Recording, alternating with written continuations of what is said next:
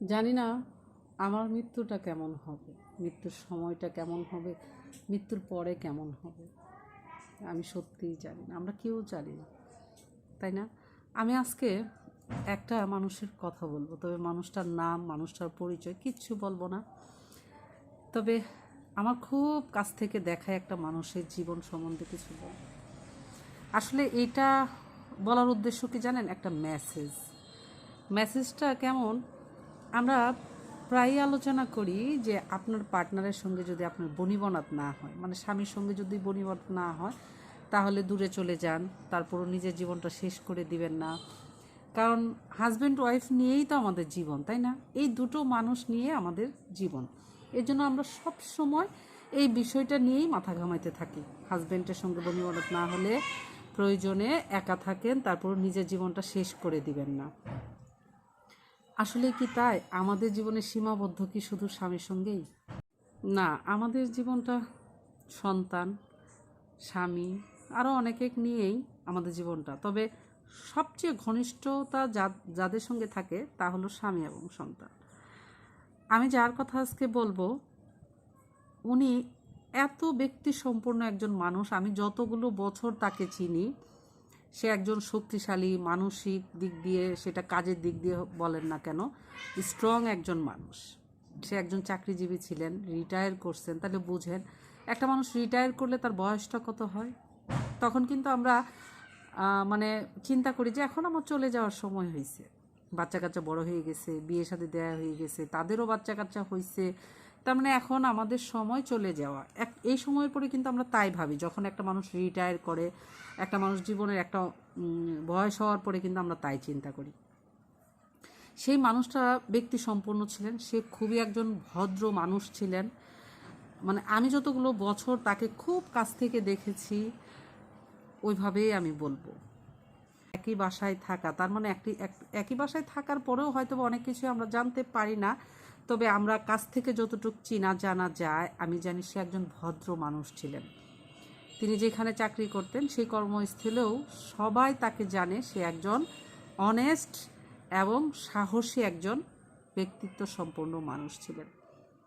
যে মানুষটার টাকা পয়সার কোনো কমতি নাই, নিজের বাড়ি আছে, শুধু একটা না, 2 থেকে 3টা বাড়ি আছে, পর্যাপ্ত পরিমাপের টাকা আছে, তার মানে হাজব্যান্ড ওয়াইফ দুজনেই হলো রিটায়ারমেন্ট, দুজনেই সরকারি চাকরিজীবী, দুজনের একটা বয়স হয়ে গেছে যে এখন চলে যাওয়ার মতো, এবং কি মানুষ মানে হজ করে আসছেন। তাহলে বোঝেন তার জীবনের শেষ সময়টা নিজের হাতে নিতে হলো কেন, তার জীবনটা কেন নিজের হাতে নিতে হলো। এটা কি পারিবারিক ইস্যু? স্বামী একদমই ভদ্র, স্বামী তো একদমই মাটির মানুষ। যদিও বলতে চাইছিলাম না উনি মহিলা, কিন্তু বলতে বাধ্য হলাম, কারণ একটা সময়ের পর আমরা স্বামীকে দোষী যে স্বামীর জন্য ওয়াইফ এটা করছে, কিন্তু না, জীবন কেটে গেছে তার, এখন পৃথিবী ছেড়ে চলে যাওয়ার মতো একটা বয়স। এই মুহূর্তে এসে স্বামী স্ত্রীর সম্পর্কটা এরকম হয় না, এটা হয় যখন আমরা কম বয়সে থাকি। মানে ওই যে একটা, অনেকেই বলে কিন্তু সন্তান সন্তান করে জীবনটা শেষ করে দিবেন না। সত্যি কথা, সন্তান আপনার একটা হোক আর 5টা হোক, সন্তান সন্তান করে জীবন শেষ করে দিবেন না। সন্তানকে শিক্ষিত বানাইছেন, পড়াশোনা করে বেশ ভালো চাকরি করে, যখনই দেখবেন আপনার সঙ্গে সন্তানের বনিবনাত হচ্ছে না, সন্তান আপনাকে মা হিসেবে মূল্য দিচ্ছে না, বাবা হিসেবে মূল্য দিচ্ছে না, আপনার খেয়ে আপনার পড়ে আপনার বাসায় থেকে আপনি এত বড় করছেন, কিন্তু সেই শান্তিটুকু আপনার সন্তানের কাছ থেকে পান না, এমন একটা পর্যায়ে যান, চলে যেতে হয় আপনাকে, যে সন্তানের জন্যই বোধহয় জীবনটা শেষ করে দিতে হবে। সেই মুহূর্ত সন্তানকে দূরে সরে দেন। বাবা তুমি ভালো থাকো, তোমার ফ্যামিলি, তোমার বউ বাচ্চা হয়েছে, তুমি তাদেরকে নিয়ে ভালো থাকো, বছরে 1 বা 2 বার, তা না হলে 2-3 বছরে একবার এসো, আমাদের সঙ্গে দেখা সাক্ষাৎ করে যাও, আমার যা কিছু আছে মৃত্যুর পরে তোমরাই পাবে। ঠিক মুখের উপরে এই কথাটা বলে দেন।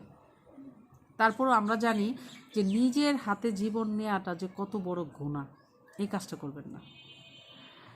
যে মানুষটাকে মানে আমি নিজের চোখে দেখছি, আমি বিশ্বাস করেন এটা আমি মানে ভাষায় প্রকাশ করতে পারবো না, জানার পর থেকে সেই মানুষটা পৃথিবী ছেড়ে চলে গেছে, কিন্তু তার চলে যাওয়ার কারণ যদি হয় তার সন্তানের অপমান, সেই মানুষটা একজন এত ভালো নামাজি, হজ করে আসছেন, এত স্ট্রং একটা মানুষ, সেই মানুষটার মৃত্যুটা যদি এত কষ্টের হয়, এটা মেনে নেওয়া যায়?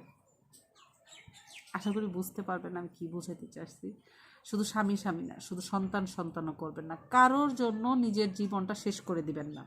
আমি আমার পেজে যা কিছু চারপাশে দেখি শুনি তাই আপনাদের সঙ্গে শেয়ার করি। এটাও এক ধরনের একটা মেসেজ যে একটা সন্তানের জন্য মার জীবন শেষ হয়ে গেল। সবাইকে ভালোবাসবেন, তবে নিজের জীবন দিয়ে না। ভালো থাকবেন সবাই। আল্লাহ হাফেজ সবাইকে।